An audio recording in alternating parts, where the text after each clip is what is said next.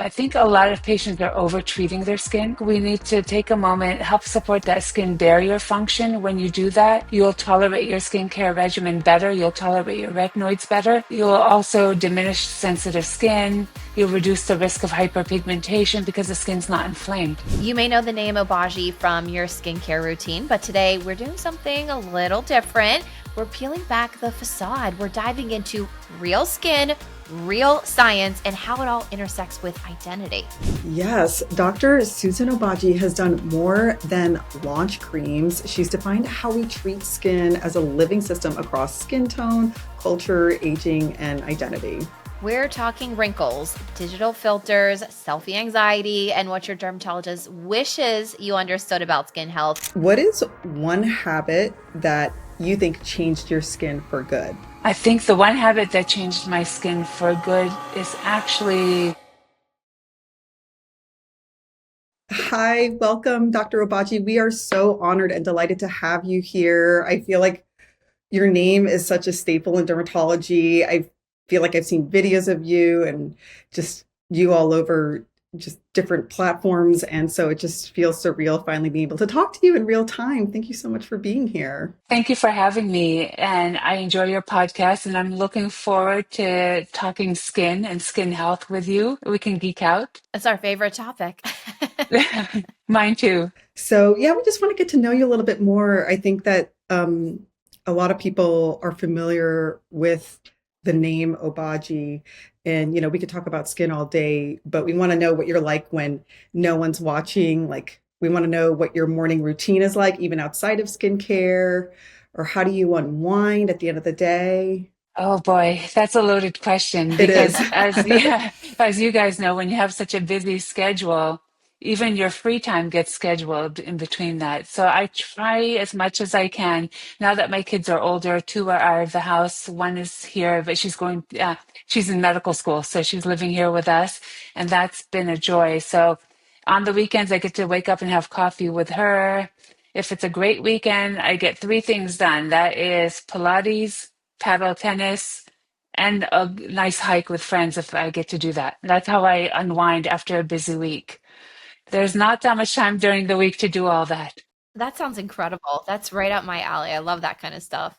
Okay, I have a question. You've been in this space for literally decades, but like, what would the younger version of yourself be not believe? Like, what would surprise that younger you? I think my younger me, when I went into medical school and into dermatology, I was thinking that I was going to just be treating patients and participating in education and teaching because I love to do that. So I have residents, I have visiting doctors that come in from all over.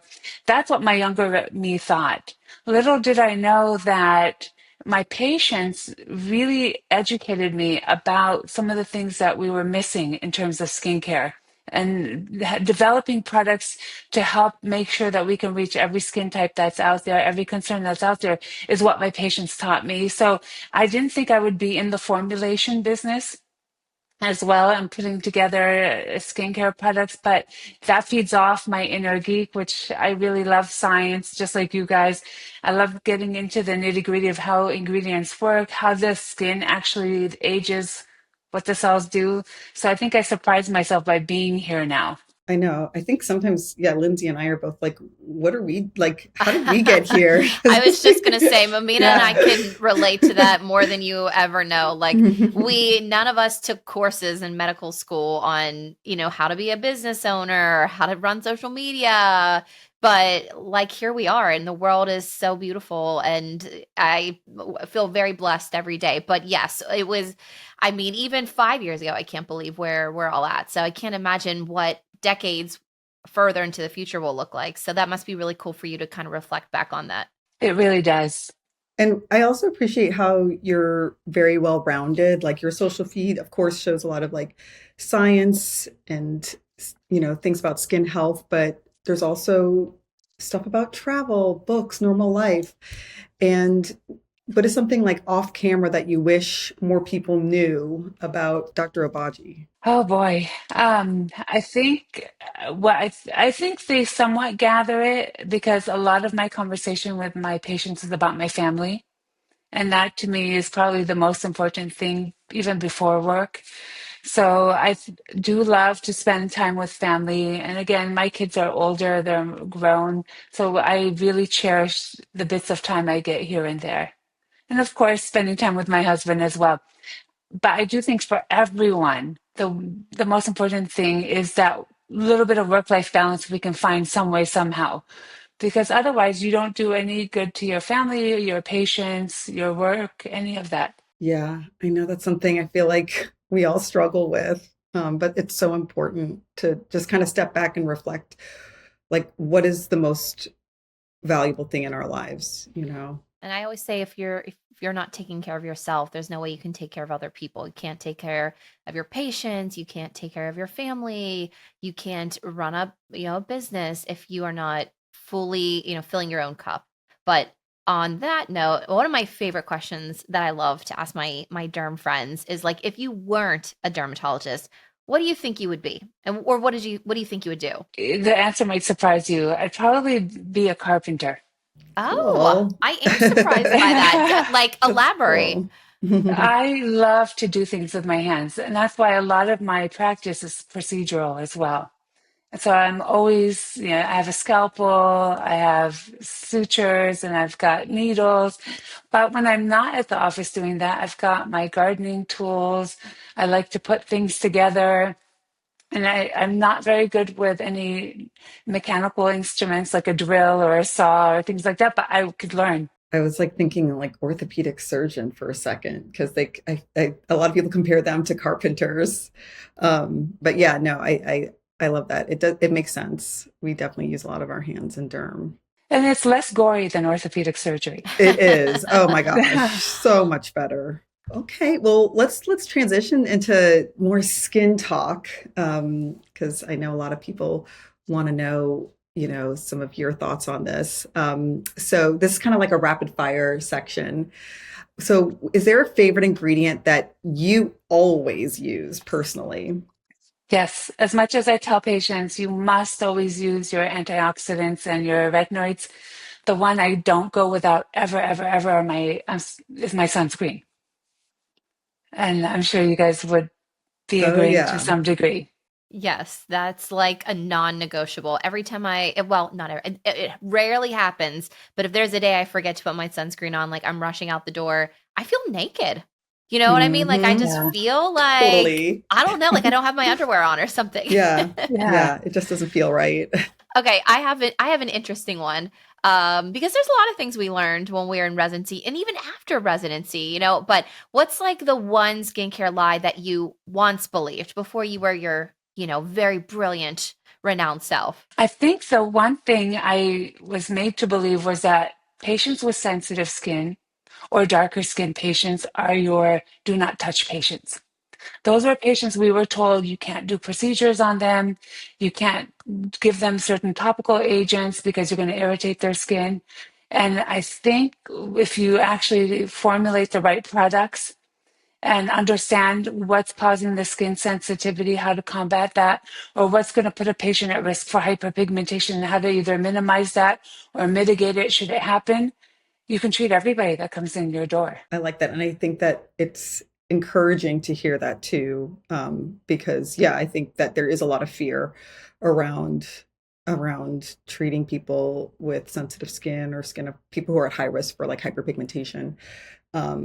But yes, I think with the right knowledge and skill set and experience, it's definitely possible.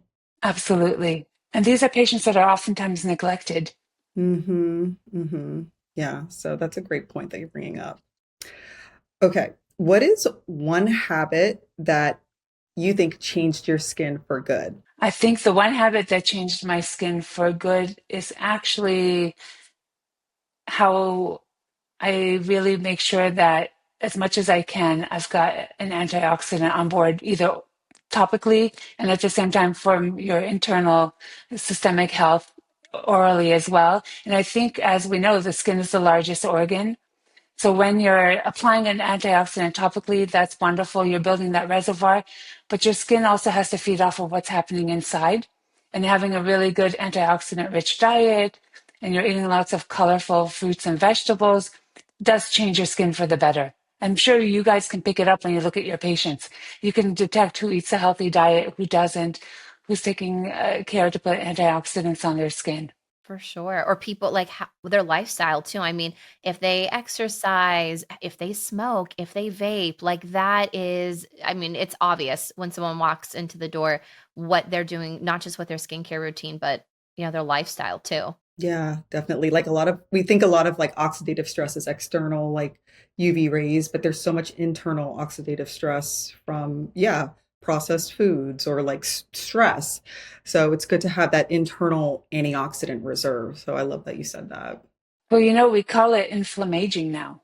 Mm-hmm. So everything Mm-hmm. about the aging process is inflammatory. So we used Mm-hmm. to think, there was intrinsic aging, extrinsic being everything that's happening from exposure to the external pollution, ultraviolet rays, smoking, all of that. But intrinsically, we're aging as well. And even that process, take away the external influence, is inflammatory. And so the new term that we're going to hear more and more about is inflammaging. And the entire focus is going to be on cutting that inflammation so that our skin does better, but we also can live a healthier, longer life. Yeah, Definitely. I couldn't agree more. But I have an interesting question. So I think anyone that like follows any of us or knows any of us or even remotely understands anything about a dermatologist, like it's pretty obvious that we're going to recommend sunscreen, retinols, retinoids, and antioxidants.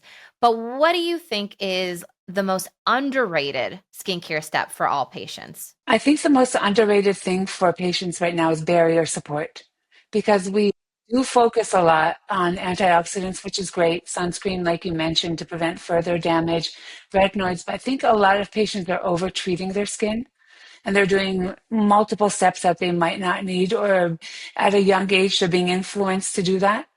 And so I think we need to take a moment, help support that skin barrier function. When you do that, you'll tolerate your skincare regimen better. You'll tolerate your retinoids better. At the same time, you'll also diminish sensitive skin. You'll reduce the risk of hyperpigmentation because the skin's not inflamed. People think that more is better when it comes to like all these actives, but it's yeah, it could be doing more damage than good. So that's always something to really just point out. And then yeah, if your barrier is healthy, then like everything else will function better too in your skin. And then another trend I feel like we've been seeing lately too is like um, scalp care also is like part of skincare as well. And I know that Obagi has their new Sil Biostim scalp serum, which I've been a huge fan of. But it feels like there's a huge emphasis on like barrier support of the scalp. A lot of people don't realize that the scalp has a skin barrier that also needs to be healthy. People don't know that Absolutely. like even the Yeah. scalp is skin. I think that's what like Yeah. I can't tell you how many times I've posted about scalp and hair and people are like, "Why are you talking about that? You're a dermatologist." I'm Yeah. like, "Yeah, cuz Yeah, because number 1, scalp is skin, but people Hmm. don't know. People don't think. I agree. And I think a lot of times patients come in seeking our help because of the hair loss. So we're going to be the first person to see them. But we think about all the times we've been outside and we put our sunscreen on our face, but we don't have a way to really protect our scalp. And we're not realizing that hair loss, yes, there's a hormonal component, there's a vitamin component if you're iron deficient, all of that. But there's a huge component that comes with just the damage that the scalp has accumulated from exposure to the environment, including the sun. And so the beauty of what Obagi did with Obagi New Skill was not to differentiate the skin of the scalp from the face, like you both mentioned. It's to treat the scalp as a continuation of the face. At the same time, it came up with ingredients from different peptides to help support hair follicle growth, ways to strengthen the hair follicles, vitamins that support hair growth to help stimulate growth, but it has a lot of barrier support and repair for that scalp to help unclog the clogged follicles, to help reduce the effects of the testosterone being converted to dihydrotestosterone at the level of the scalp and at the level of the hair follicles. So it's a great way of doing it, but without irritation. And I think that's what makes it unique. In addition, I think a lot of times patients are afraid they're going to put something on their scalp and they're going to grow hair on their face. And this doesn't do that. This works in a completely different mechanism than the most common prescription and over-the-counter agent that we use otherwise. So there's a lot more we can do with the scalp to help support people to help either keep the density they have or to help regrow some of the hair that they've lost. I have to say, I'm one of those minority of patients who develop facial hair from topical use of one of the more commonly prescribed treatments over the counter. So it's always and like, as dermatologists, we've treated thousands of patients with hair loss. So we've seen people who've benefited from treatments and people with side effects. And so it's always nice to have options where um, we don't have to worry about certain side effects too. I think so. And I think the beauty is, Obagi prides itself on testing the products across all skin types, from Fitzpatrick 1 through 6, not just with the new cell scalp, but pretty much all the different topical agents that we bring to the market. And so we have really good evidence, even the scalp serum, that it works across all skin types. And it works well both on male and female patients. So we're testing older patients, younger patients. Everybody is starting to either want to preserve the hair they have, or they want to help strengthen and regrow some of that density that they've lost. Yeah, I think it's important to be inclusive because I feel like everyone it's so common to experience hair loss. Absolutely. I would say I see it like 10 times a day in my clinic. And it's always like most of the time actually people don't even come in for that complaint. It's usually like a doorknob question like, "Oh, by the way, my hair is thinning." And I don't think people realize just how multifactorial and complicated hair loss can be and that there is usually not just like a one size fits all easy treatment. It's not just like, "Oh, hey, here's one thing and good luck and you're good and this will cure it." It's like, "Whoa, whoa, whoa. Okay, let's back up. Let's like dive deeper into this and let's get to the many root causes of this, you know?" Literally. Totally. And I do think what's happening now, too, we are seeing so many patients on these weight loss medications, and they're rapidly losing weight. And along with that, they are accelerating pretty much everything that's aging in the skin in terms of how the skin is going to age with regards to losing some of the fat compartments in the fat and the face for volume. But at the same time, the scalp is going to suffer because when you're losing weight quickly, you become nutritionally depleted of protein, protein, vitamin B12, vitamin D, zinc, iron, all of that. And so these patients really have to make sure that they're being tested, that they're supplementing that, because that you can't regrow hair if you're missing those building blocks systemically as well. So you can try topicals to help mitigate some of that, but you also need to make sure that you're being evaluated and monitored on these medications. And you bring up such a good point because I think people, when they think about aging, they think about fine lines and wrinkles. But now we're in this new era of that, weight loss, GLP-1 volume loss, right? And so, can you talk to us a little bit more about like volume loss and how that matters, if not just as much, if not more, than fine lines and wrinkles? Yes, so volume in the face is what makes us look youthful. And I always say that our patients, when they are 18 to 20, most female patients don't like their face. They have too much volume. And with the natural aging process, we start to lose that. From 25 to 35 years of age, there's that window where women love their faces because they've still have the cheek volume, but they've lost some of that buccal fat. So they have kind of that sculpted look. If it would just stop there, that would be great. But we keep losing That would that be great. volume. Yes, we keep losing that volume. So what's happening is we're already going to undergo that process when we go through rapid weight loss, whether it's from an illness, a medication, even pregnancy can do it. I often say I can guess how many kids you've had by how your skin looks with regards to volume, because you gain weight during the pregnancy, you lose the weight afterwards. You're going to preferentially lose some of that in the face. And when you put the weight back on in the future, it doesn't rebuild there. So facial fat's going to play a big role in future targets for rejuvenating, including in the dermis. But at the same time, when we're losing weight, we're not getting that fibroblast stimulation that we need to make good collagen, elastin, glycosaminoglycans. That's where people really need to make sure they're using their retinoids to build some of that extracellular matrix by stimulating the fibroblasts. Also by using topicals such as in our line, it's the Elastoderm family of products to help build elasticity in the skin by stimulating more elastin formation. And that's really important because it's turning out more and more fibroblasts are going to age no matter what. We at 18, that was our peak collagen, elastin, and glycosaminoglycan production.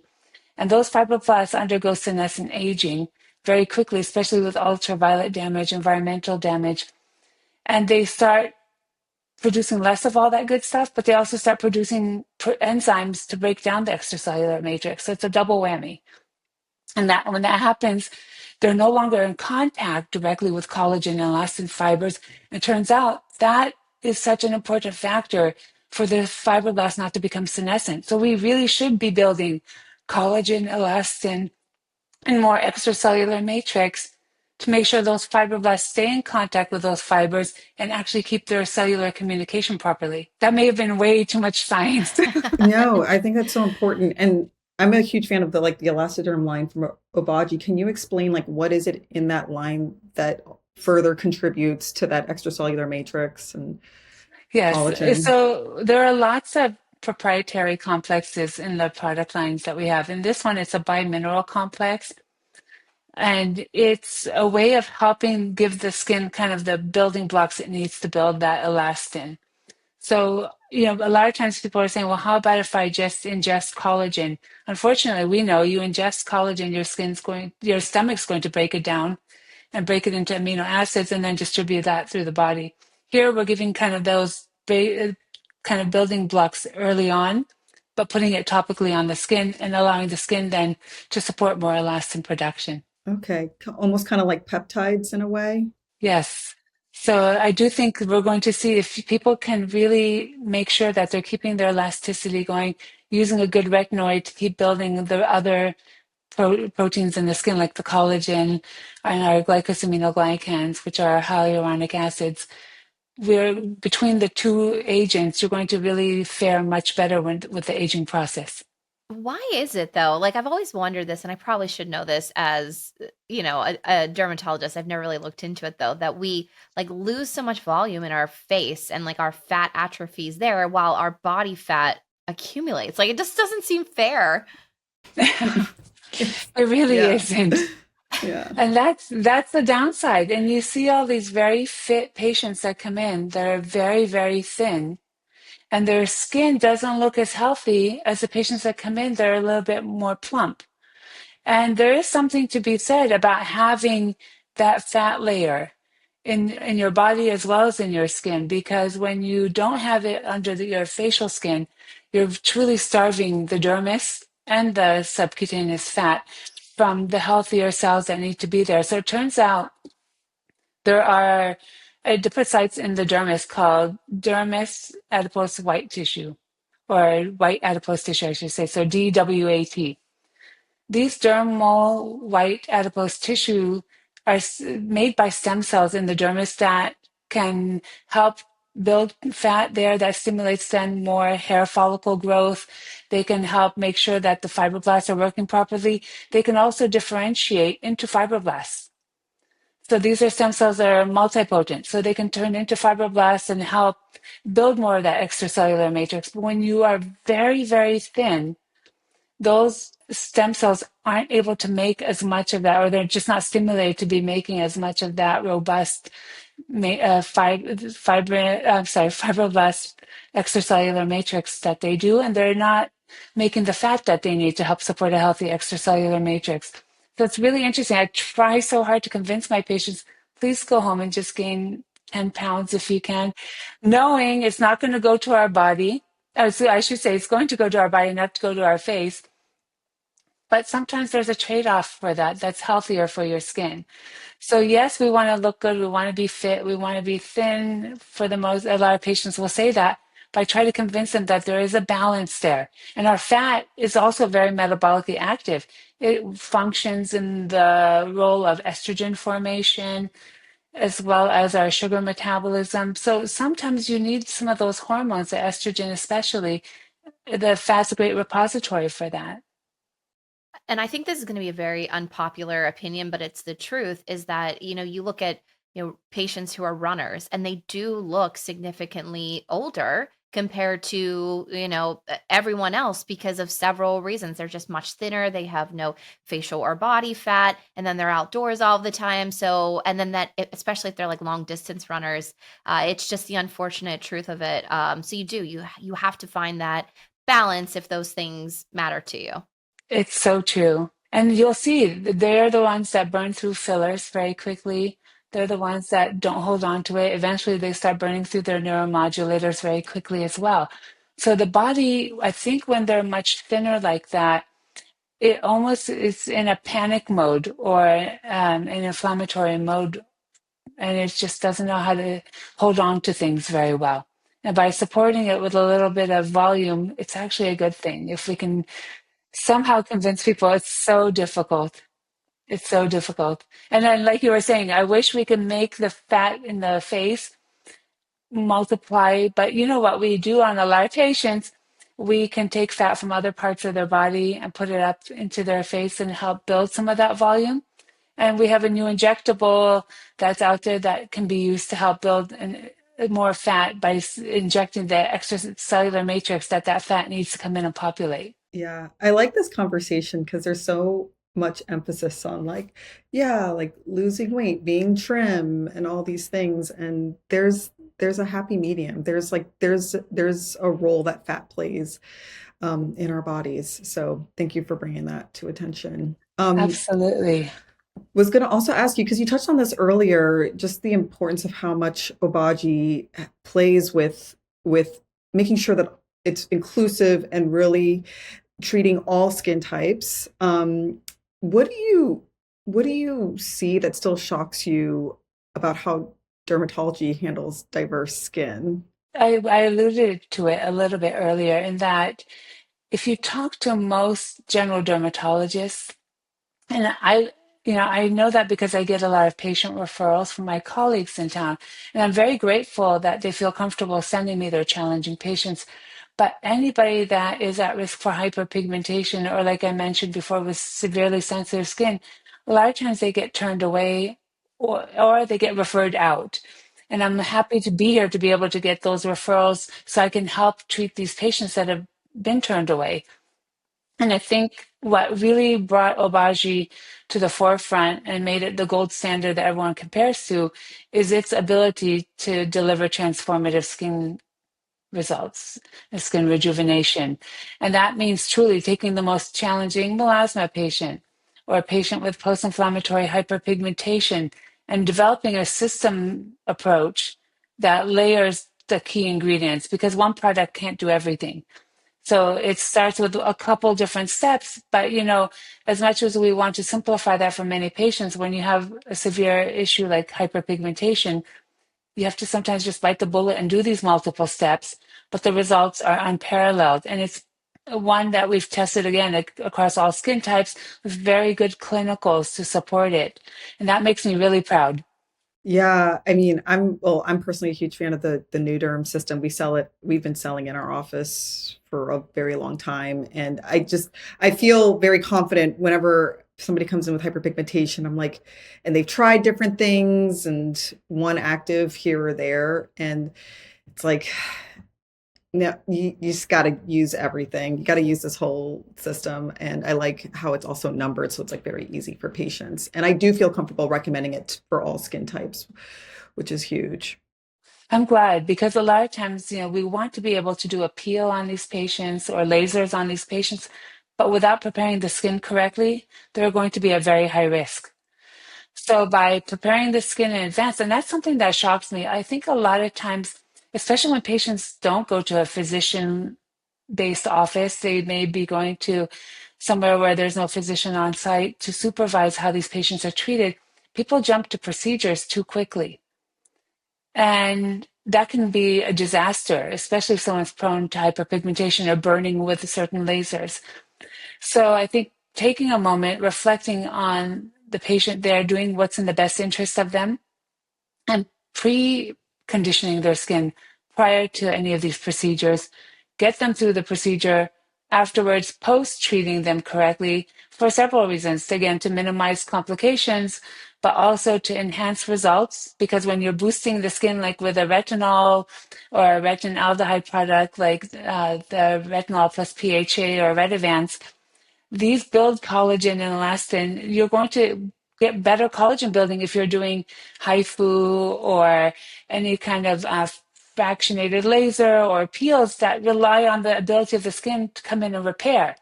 So by preconditioning the skin, you're going to deliver better results to your patient. And as we know, the minute they leave the office, those results start to go down. But by being on the right skincare afterwards, it doesn't have to be the same regimen.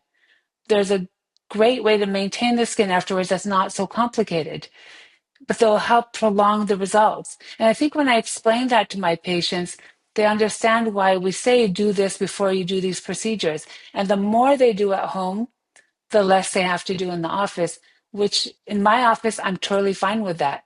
In offices that don't rely on that, they just want that turnover, that may be a red flag. I want to kind of go off of what you said though about how people are jumping more into procedures. You know, they're going to a med spa, they're seeing something on Instagram, and they're seeing these people with like poreless skin and these like huge lips. Now, I want to bring up something that I found really interesting on social media is I've seen these, clips going around where people are saying, "Why do millennials look younger and Gen Z look older?" And so I've kind of like added my own commentary to it, and I've said, I mean, mainly because these like teens and early 20-year-olds are seeing what they see on Instagram and they think, okay, well, I need to get filler and I need to get neuromodulators. And they're literally like have, like you said, they're at that point in their life where they have the perfect face, but they don't think that they do. And so I blame that all on social media. So as someone who gets a lot of these cosmetic referrals from people in the community, what do you say to that young person, that teenager, their parents, that young 20 something who sits in their chair and was like, I want to look like this person on Instagram? Like, what's your response? Yes. Well, I think you nailed it because it's really heartbreaking when these patients come in, they're so young and they are at the prime of their life, literally. They look so beautiful and they nitpick themselves to death. And there have been some interesting studies because prior to social media, people only picked on themselves or thought negative things about themselves in X amount of time per day in terms of their appearance. But with the advent of social media, the self-berating thoughts are multiplicative. And it's really sad to think that. So I try first to educate the patients about what I see on them. And I really try hard to point out everything that makes them look unique and makes them look beautiful and balanced. And then I also say, you never know what these people look like in real life. I even say it about the celebrities. Give me a celebrity, give me an influencer, sit them down in front of me with no makeup on, no professional hair done, no filters, and I will tell you exactly what they look like in terms of what they've had done, what's good, what's bad, what's ugly. And because it's a balance. And a lot of times what we see out there are filtered images, photoshopped images, not the so with such bright lighting that you will look like you have flawless skin when you might not, or you have heavy makeup on. So I really try to point that out. But the other reason people are looking older when they're young is that when you volumize in the wrong places, you look older. These over plump lips make you look older. The over plump cheeks will make you look older. That's not a youthful look. There is a youthful volume that we talk about, but it's in a different distribution pattern than what we're creating in the office. And I do say social media is to blame on one hand. I also blame the injectors and the healthcare providers that cave to that because we should not be doing something that is just a trend. And we're going to see this now. For example, everyone was getting those Brazilian butt lifts because a certain family made it very popular. and people have completely changed the shape of their body. Now the family has reversed itself, but these patients don't, they might have spent a fortune to go and do that in the first place. They might not be able to undo that. And to undo it, they're going to have a lot of scars and a lot of surgeries to go through. And I really feel sad because there's no other part of medicine where we let the patients dictate their care. We never let anyone tell us how much antibiotics to prescribe or how much insulin to take. We tell them, you have this condition, you take this much insulin. You have this infection, you take this much antibiotic. We need to regain that and advise our patients correctly so that they're looking good for the rest of their life and not for a particular trend. Yeah, it's such a slippery slope with cosmetic procedures, and yeah, I'm concerned for the younger generation, but I'm hoping that we can bring more awareness. I mean, you brought up also a good point with some like clinics or spas being very heavy-handed with fillers too. So yeah, I feel like that needs to be called out a little bit more. Another thing I also want to talk about too is exfoliation. We touched on it earlier, and I think that Obagi does a great job with like a lot of their exfoliation products. It's, you know, and it obviously it changes, like our own skin cell turnover changes as we age. Can you talk about that a little bit more? Like how are things in our 20s versus our 50s? Absolutely. So in our 20s, our skin cells are turning over correctly. So typically, it's a 4-week cycle for the cells to go from what we call the basal layer all the way up to the top of that and then into the stratum corneum for 2 weeks and before they're exfoliated. So 6 weeks for a skin cycle. That starts to slow down as we get older. And so what we start to experience is the skin doesn't turn over as quickly, the skin cells linger longer, they're not being shed. The skin starts to feel rough, it looks dull, it doesn't have that glow. And so what happens is patients tend to want to over exfoliate to try to force that dead skin off. And there are ways you can do it without really being so aggressive and harmful to your skin. And what I love is that you can use a combination. You can first use your retinols and your retinaldehyde containing products or your tretinoin to help force the normalization of that skin cycle. That's what it does. Those tell the cells, the keratinocytes now. So now we're not talking about the fibroblasts anymore. They tell the keratinocytes, you need to start turning over on a more regular schedule, and you need to start repairing some of the precancerous changes that you've accumulated. So that's one way retinoids really help the skin. The second way is they force that dead skin layer to shed a little bit early on. To a point, sometimes patients don't like that peeling when they first start their retinoids. But that part of that exfoliation goes away. You still need to continue to exfoliate gently. And that's where your polyhydroxy acids come in, such as the intensive daily repair with gluconolactone and lactobionic acid, or the retinol plus PHA, which just recently launched, which is taking a retinol and adding gluconolactone to it. These are polyhydroxy acids that work at a slightly higher pH than glycolic, lactic, malic, citric acids, so they don't sting as much. So even your patients with sensitive skin can tolerate them, and they offset the irritation of your retinoids. So having it combined in one product is great, or using your retinoid at night and using, for example, the intensive daily repair during the day is great.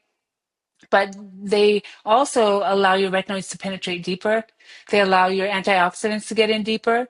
They allow your skin brightening agents to get in deeper because they're thinning out that dead layer that is preventing everything from penetrating. And no, they're not thinning the skin. I know that's one thing a lot of people are going to listen to that and say, oh my God, it's thinning my skin. Or how about the ones that come in? My esthetician told me I need to stop retinoids, it's thinning my skin. And they don't thin the skin. All of these are causing just that stratum corneum, that dead layer to slough off.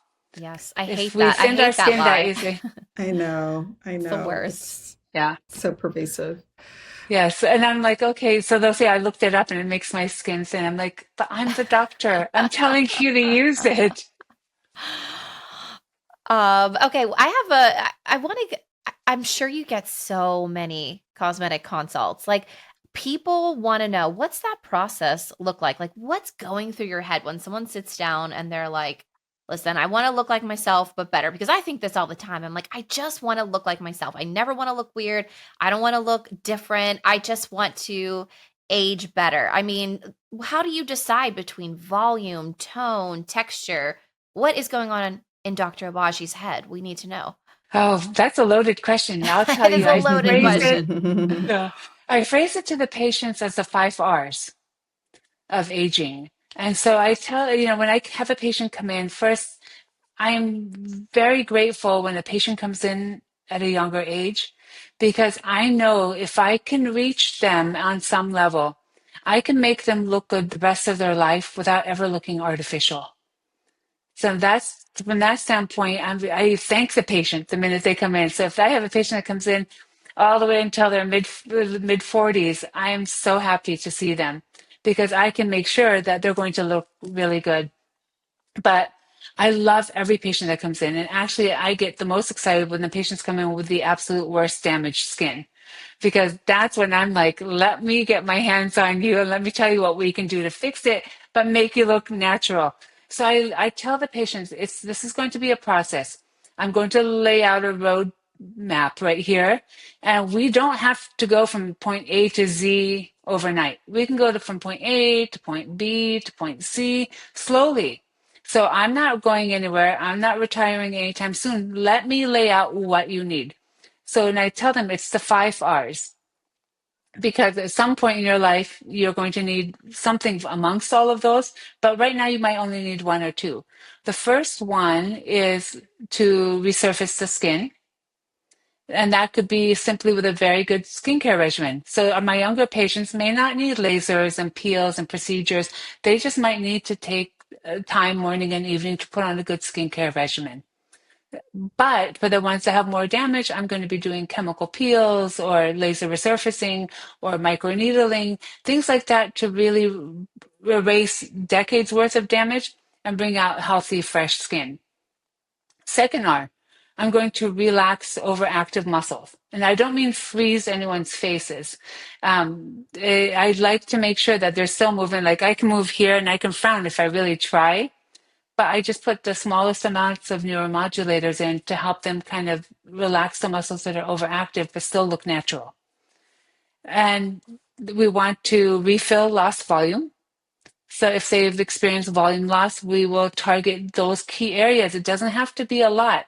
I can do a lot with one syringe of filler without and making it look dramatic with just putting it in key places and not have to put syringe after syringe. Or for the patients with significant loss, we do fat grafting. But people need volume when they've lost a lot of volume in their skin or in their face. And then we need to redrape excess skin if we just can't do it with everything else we talked about. Because I think the biggest mistake for a while, people were just having surgery. So everybody was being pulled tight. We redraped too much. Then everyone said, oh, these fillers work. They lift all the extra tissue up. Then people were overplumped. So it has to be a balance. At some point, you're going to need to have a little redraping. It could be with radio frequency machines, HIFU, or highly intense focused ultrasound device to stimulate collagen, or it could be surgery. But you need to redrape the excess skin at some point. And then the last thing, you have to continue to renew everything. The skin becomes lazy. So you just have to be constantly on a skincare regimen to keep renewing the skin. That's always the best. Doesn't matter how I tell them, redraping the skin isn't going to fix all your problems if your skin looks terrible. It's like taking a poorly made dress to the tailors and having it tightened. If the fabric is terrible, you can tighten it all you want. It's still not going to look good. But when you make the fabric pretty, and your skin is your fabric, when you make that fabric pretty and then redrape it, that's going to look much better. I don't think enough people understand that. They're just like, they immediately jump to the fine lines and they want neuromodulator to fix it, and they immediately jump to the surgery and they want, facelift, but they don't realize how much benefit you can get with skincare and skin quality. So improving your skin quality, helping with those like dark lines and that photo aging can significantly improve how you look. Yes, absolutely. And it doesn't have to be complicated. Okay, want to pick your brain just for the sake of time. I want to just jump into kind of the business side. And I feel like this is relevant too for Lindsay and me just being in the social media world, because you have, your clinician brain, but then you also have your product leader brain, your business brain. So how do you balance that? Like, how do you stay honest when the brand side wants to put out those like headlines, like things that really grab attention? But the clinic side, as a clinician, there's so much more nuance when it comes to certain products and recommendations. Yeah, that's a very valid question. And it's a very important question because it is hard. I have been very picky in my practice with only carrying the Obagi skincare line for the past 25 years. And the company itself has been around 35 years. And the reason for that is because the company itself, even prior to me being affiliated with them to help develop products, always prided itself on good clinicals and really delivering results when they claim it. So they're very particular about designing studies that are all inclusive, like we mentioned. They're going to test across all skin types. I think they're one of the first companies to do that. You're going to test on male and female patients. You're going to test on younger patients and older patients, and you're only going to make the claims that you can support from those clinical trials. And these are clinical trials that are done independently. They're by different physicians or different laboratories that recruit their own patients. There's no undue influence. And this is the way that they present that material. And I think that's why they've been able to withstand the test of time. Their products deliver. With that in mind, I took that same approach when I'm formulating the products that we're working on to make sure that if my name is on there as well, it better deliver and do what it promises to do. Because that was a big step for me. I, for the longest time, wasn't affiliated with any company. And I wanted to, the only reason I really went down that path was because I saw that, again, there was a need for my patients who had the sensitive skin, who were the patients who had thinner, more mature skin that couldn't tolerate a lot of products, or patients that were trying to avoid certain ingredients. So with that, that's what led me to formulate the products we did and partner with Obagi. And that took a lot of trust and a deep breath to do that and put that out there. Obagi, I mean, there's no question Obagi has legacy. But like in this day and age, there are so many people on social media, on TikTok that are not dermatologists, that are just influencers with no background in skin, and they are promising these like next level results. That's all, to be honest, like BS, right? People are saying, "Oh, I got poreless skin overnight," and they just have these like outrageous claims. So how can you convince people in this day and age where social media is dominant and there's filters everywhere to follow something that with legitimate skincare and to not overpromise either? Yes, I think that's true. I think a lot of times it's tempting. All of us get tempted on social media when we see something and we're like, "Oh, that looks really interesting." Whether it's something as innocuous as a clothing item, and then you order it and it gets delivered and it's not what you expected.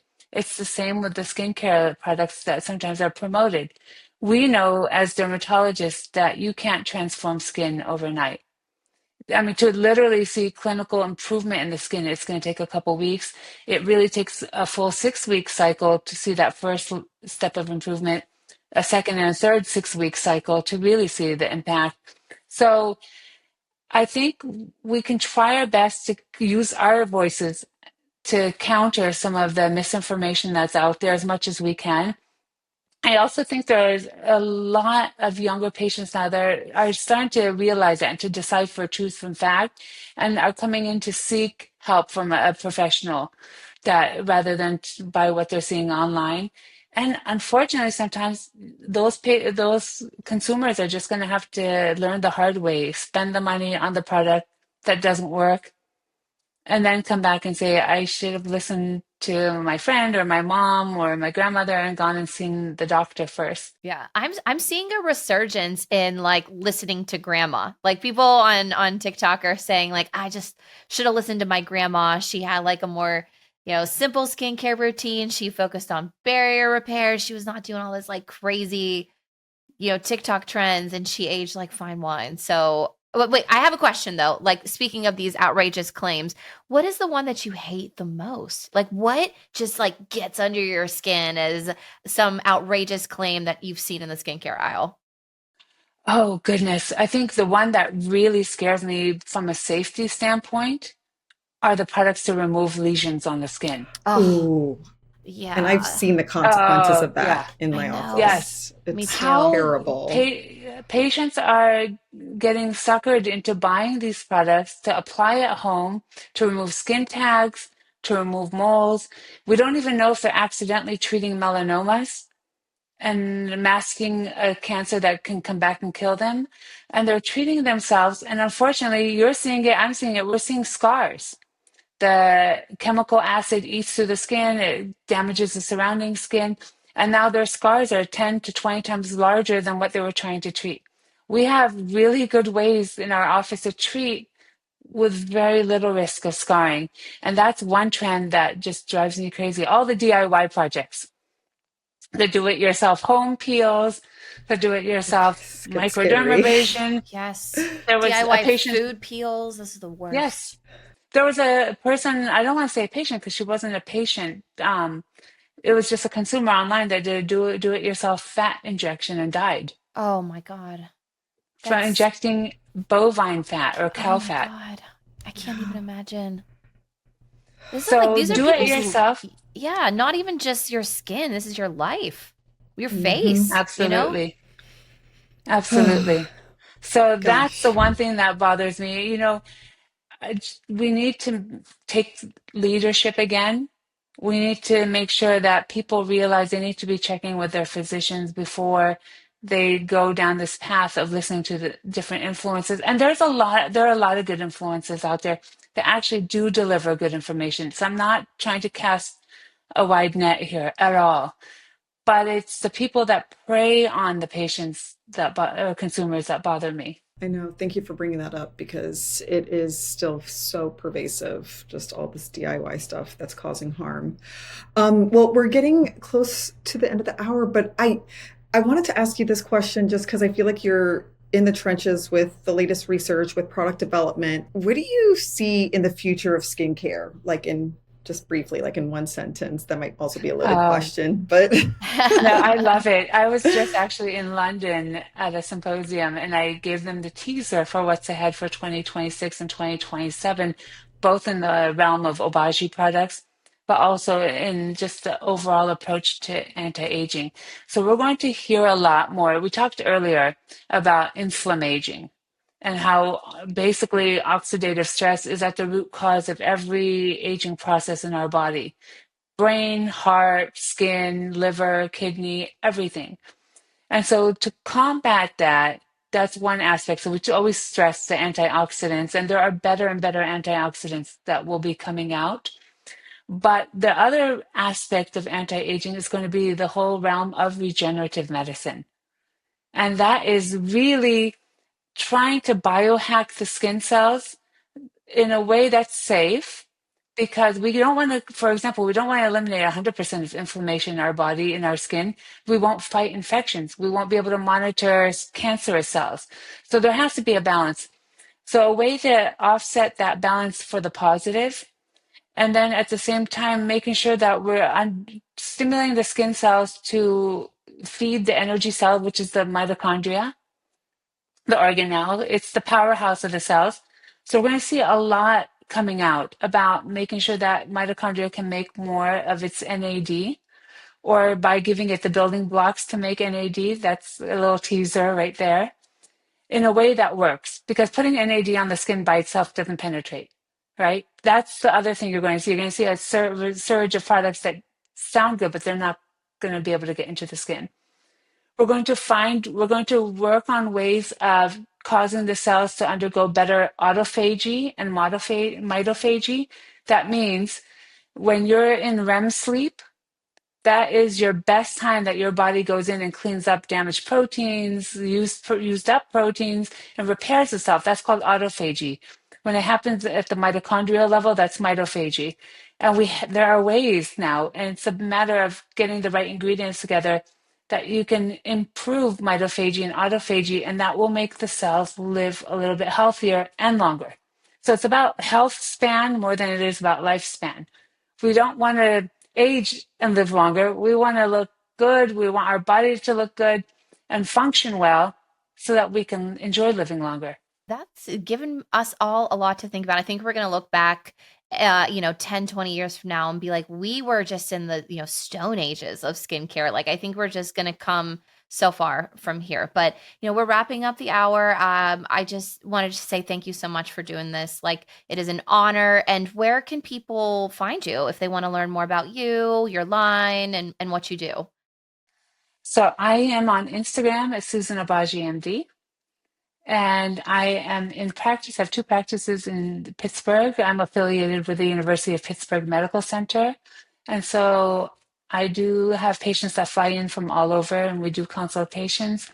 But I'm going to try to do a lot more educating on my Instagram account as well, just to help patients get the information that they would normally hear me say in the office. I love that. That's just really important nowadays, like with so much misinformation online. I mean, that's what Mamina, Jenny, and I do as well. So again, thank you so much. You've given us more than a skincare routine. You've given us a new way to look at skin health. It's not about hype, it's about science and intention.